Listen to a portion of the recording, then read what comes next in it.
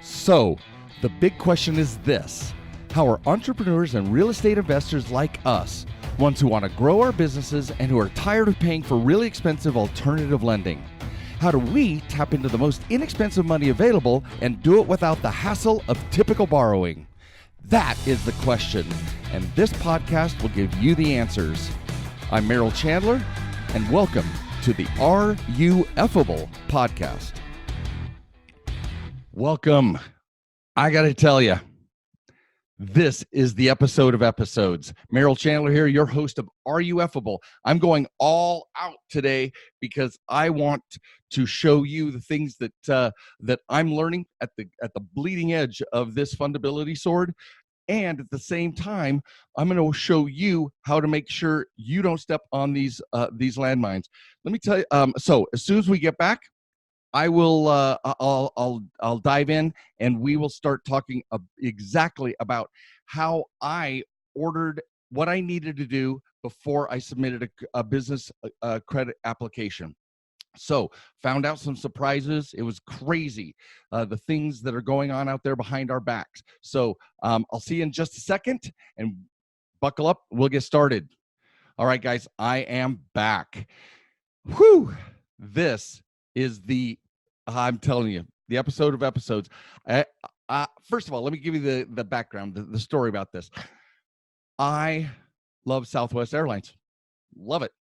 I've been a fan for years, and because we are always on the road and I do events and everything, I get 2 bags included in the price, and I don't get change fees. Our schedules change all the time, and I love the flexibility. So without being an ad for them, shout out to Southwest. Love those guys. And but in order to improve my status with them, gain points, rewards, etc., I've always wanted a Southwest credit card. Problem is, Southwest is backed by Chase, so it's a co-branded card with Chase. But it is so it makes it a tier 1, but it's an 80%. I don't have 80%. I don't accept 80% cards, value contributions on my credit profile, right? So guess what happens this summer? Chase announces a Southwest business card. Boom, 70,000 points to when you get started. Here's what's amazing. I went through the process to create, and I discovered that it's a pure business card. Only reports to business, does not report to personal. So I was all in. So I get ready to start doing my thing to apply, and ran into some things that you may have already run into, or we want to stop you from stepping on these landmines. So I'm going to kind of go back. I haven't applied for the card yet. I'm going to do that here with you. But let's go through this process together and show you what I do before I apply for any kind of credit, because things are happening again behind our back. So let's take a look. First things first. So I know I need to verify all my information. Remember, my PCID needs to be in order, and my BCID, my business credit identity, and my personal credit identity. Remember, we talked about in a previous episode about the other 20%. Well, we're going to talk a little further about that 20% and what FICO SBSS is measuring when they validate our business information. So let's get going.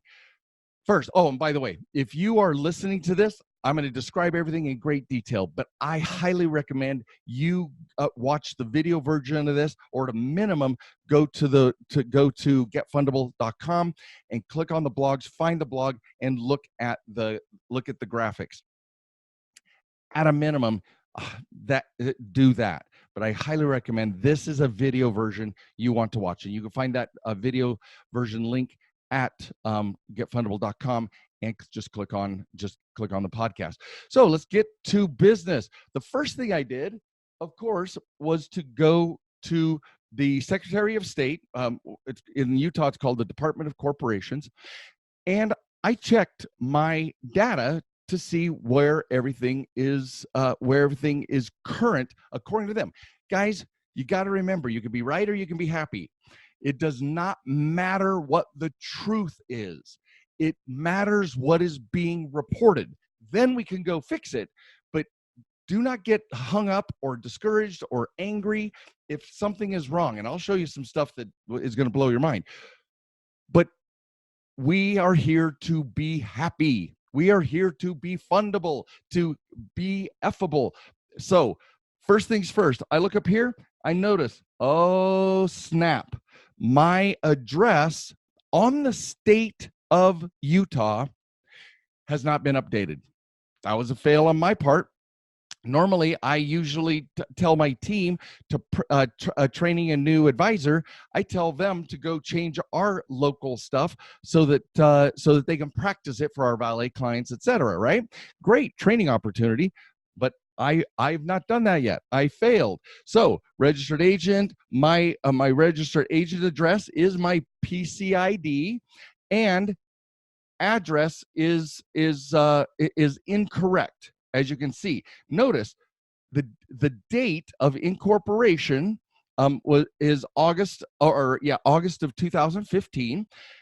Now I've been doing this for 25 years. This was the current iteration of the business when I bought out a partner years ago. So we reincorporated, make everything cleaned, but 8 of 15, that's going to be important, and you'll see that here shortly. Now, that is the real state of Utah information, and it shows me as an LLC, right? LLC domestic. All this is going to be important here in just a minute.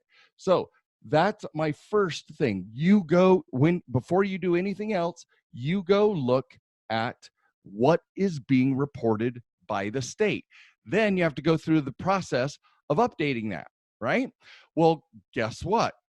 The next thing I did is I went to Experian, it's the EQ business credit report, and I tried to order my business credit profile. It said that I was unable to verify my identity. We got a problem, because I know my physical address and what's on Google, etc., is my current address, but I did not update the state. So now out in the world, I have not synchronized my business addresses. So I was unable to get that. I'll do that on Monday and be able to acquire that and make the fixes there. But we got to know that manual intervention, this is the credit report version of manual underwriting, guys. They got to verify who I am. Right now I have a strike against me because we don't know what they have there yet. You with me? All right, so now I go to, let's pull up, then I go to the Experian business credit to pull that report. So I put my information in there, and wisely, I didn't put my current address. We get in the habit, guys, of filling out our applications based on what we believe is true today, in real time. If your documents aren't caught up, then you got to catch up your documents. Otherwise, that's what automatic underwriting checks. That other 20%, remember 80% of FICO approvals or business lending approvals is based on your personal credit profile, including your PCID. But 20% of it is verifying your business data. So I put in the data that I have in the state of Utah, because that very well may be still what is being updated, because Experian picks up data from the state of Utah or from your Secretary of State. So when you click on Get Report Now, this is it asks you. There's several opportunities to buy different reports. It said I didn't have any trade lines, so I got the Profile Plus. It was like $39. Now here's what's interesting. There are no trade lines reported on this credit report, but I have numerous, even Wells Fargo. Remember, I have numerous credit lines in the name of this consulting company called Credit Sense. All right. So notice the address. Smart. It it still has what's on the state of Utah. Then notice my PCID is perfect here as the registered agent. My PCI address, so nothing there, but it's also known as or operating as CreditSense Fulfillment. Now, CreditSense Fulfillment was something we did when we were sending it, years ago, almost a decade ago, we were selling kits of do-it-yourself optimization. Failed miserably because there's not a straight line. Coaching is required at some point or another on your personal or business optimization tracks, right? So I've got to clean that up. Then notice family linkage. The ultimate parent company, it says, is CreditSense at this address, but branches and alternative locations, it's picking up. This is my actual current true where my team works address. I have it, but it's calling it an alternative, a branch or alternative. So again, it's just collecting it. Now, I don't know where it collected that from because I'm not on the inside of Experian Business Credit Reporting. What I know is that address is what's on my Google website. The South Temple address is what's on the Google site.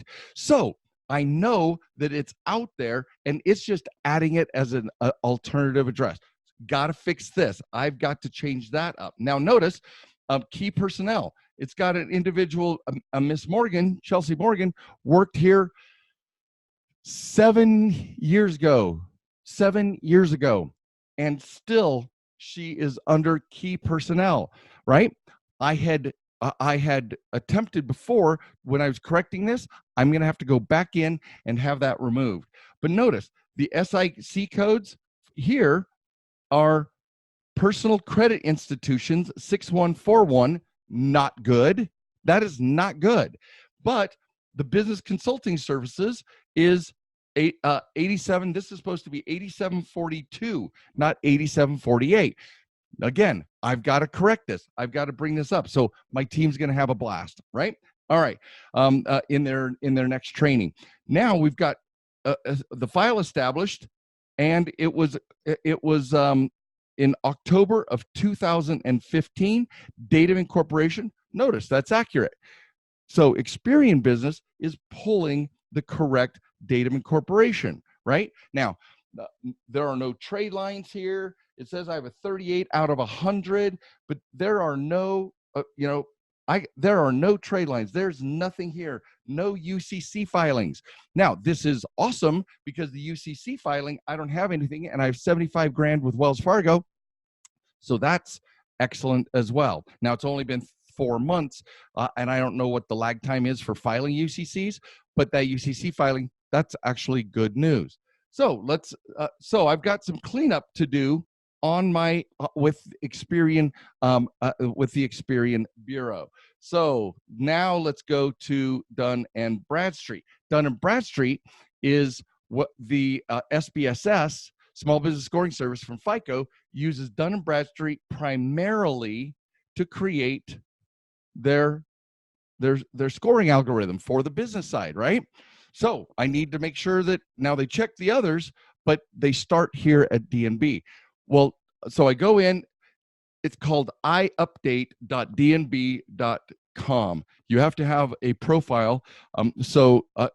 If you don't have one, you need to create a business profile. So when you click when you click there, this is, if you have an opportunity to get a report, and that report takes you right here. Here's the iUpdate experience. So look at that. Wasatch Drive. Where did that come from? Because that's not the one at the state, and that's not the one I'm at that shows as an alternative address for Experian. Where is that coming from? Look what it says. Business address has changed from 455 North to 1925 South Wasatch, Salt Lake City. That is a notification. It's a special event. So what does that mean? What is a special event? Because I didn't do it there. And we did, while we were waiting, our old building and our new building had about 30 days before one started and the other ended. And so we forwarded the mail and to this address. And guess what? All of my team work from home because they have workstations at home as well. And so the mail forwarding is what created that special occurrence. Now, so let's take a look at another one. So one of my team members, Jessica, she moved to Texas and works from Texas, still my business manager, still my dear friend. And she was pissed off out of her mind because she got a notice that says, according to information received from the United States Postal Service, your address has changed. She got the voting records, and then here she even got, we received a notice from the United States Postal Service, a national change of address service, that you recently changed your address, and it changed numerous of her financial accounts. Guys, when you do a change of address with the Postal Service, they report that. There's an indication on the address that says, do not forward address change requested, or they will say update this address. If they slap it on, they're updating the address with your creditors. This is the only thing that I can account for in this report because we put in a mailing address change. Guys, this is crazy. Now, take a look at this.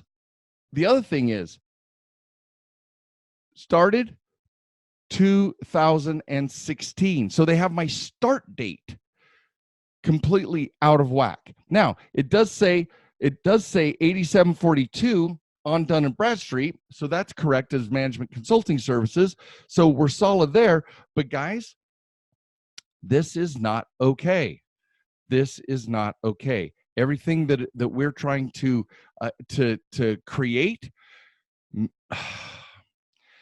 Now, then when I clicked here to print this document, when I clicked to print the document, the report came up for us to use here. Notice 8742 is the SIC, 541611 Administrative Management and General Consulting, NAICS codes. The SIC codes are all dialed. It's got my PCID address, and it's got me as a domestic limited liability company. So everything is in here perfectly. But notice, change of address from an earlier address to the current one that's on the state of Utah, and then from the state of Utah, it's all being represented. So they have the date of my incorporation. See, look at this. They have filing date is 2015, but you saw that original, but the original thing was 2016. So we have a problem, and my team and I are going to fix it. Now, let's take a look now at so why this is important. So then let's go into my application here, and this is where I want to go. When I click on the button, it comes up to the credit card information. Now, of course, I have blanked some of this out, but let me make sure that there we go. So let's take a look at how I filled this out and why it's important to do all that work before we hit the submit button here. First of all, so Credit Sense LLC, name on the card. Now notice on the business mailing address, they're using mailing address kind of as a little bit of, I don't know if it's not deceptive practices, but they are not, it is misleading.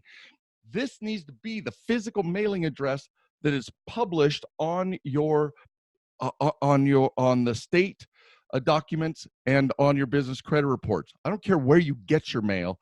This needs to, they want to know where your brick and mortar or where you're officing, right? And now if it's a personal mailbox, if it's a commercial mailbox, etc., you're going to take your best chances. See the previous episodes about the efficacy of those.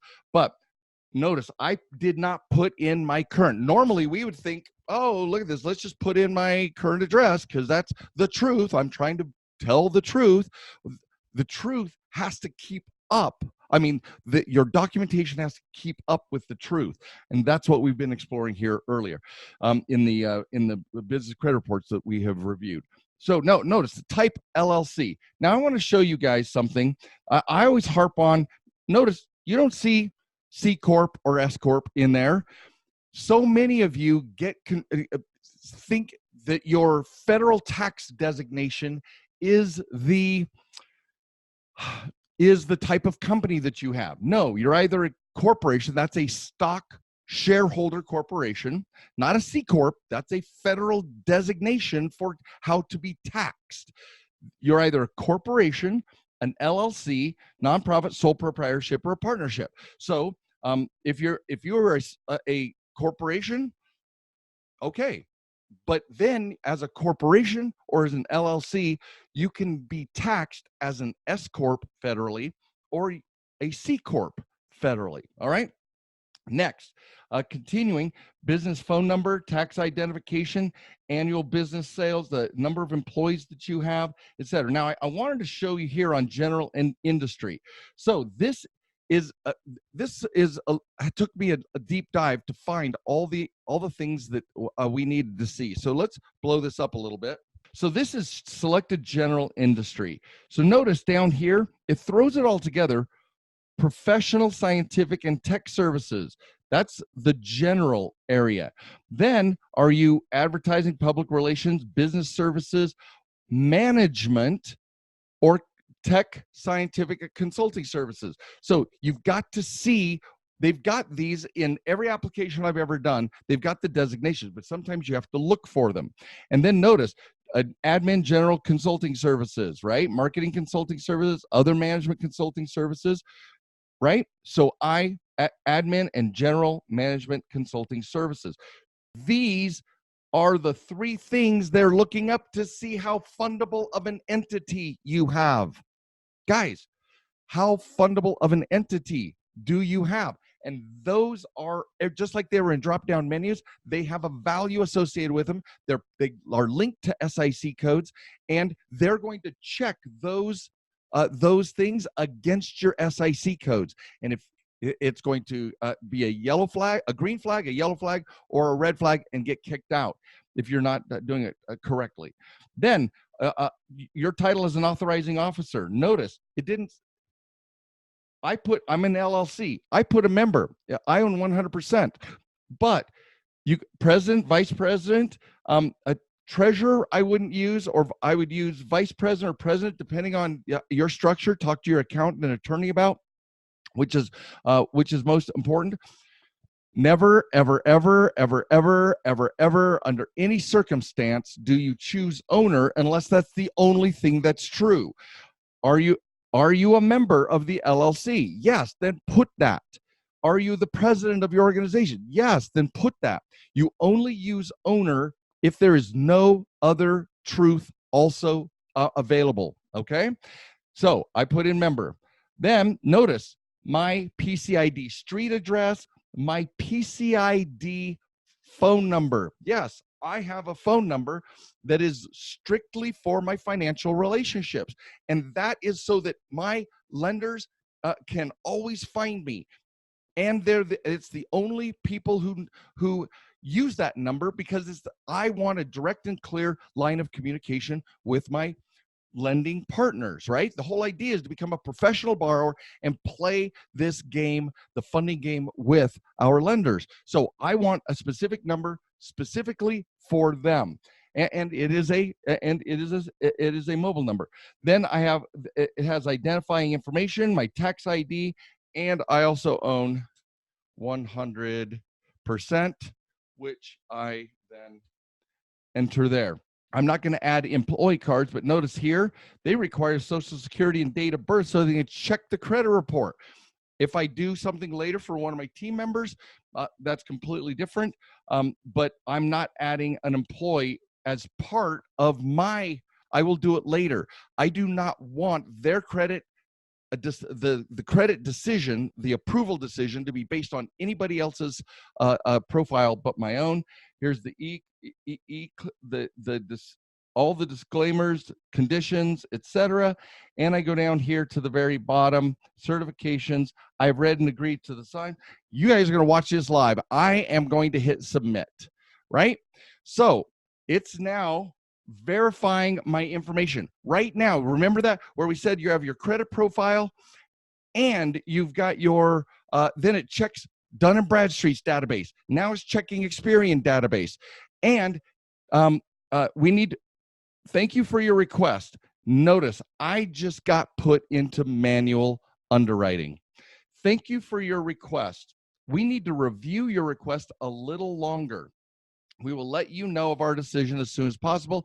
Thank you for choosing Southwest Rapids Reward Business Credit Card. So it may very well be I have mixed signals on my BCID, my business credit identity. So for me, it was worth it to go through this process with you.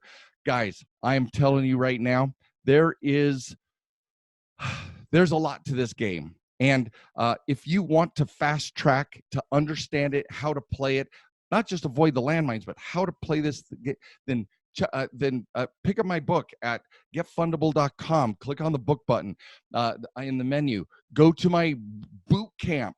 Listen to all the podcasts. Come to the boot camp. Spend a weekend with me and/or my executive team, and my executive team, because I can answer questions live, whether you're watching remotely or you're in person at the boot camp.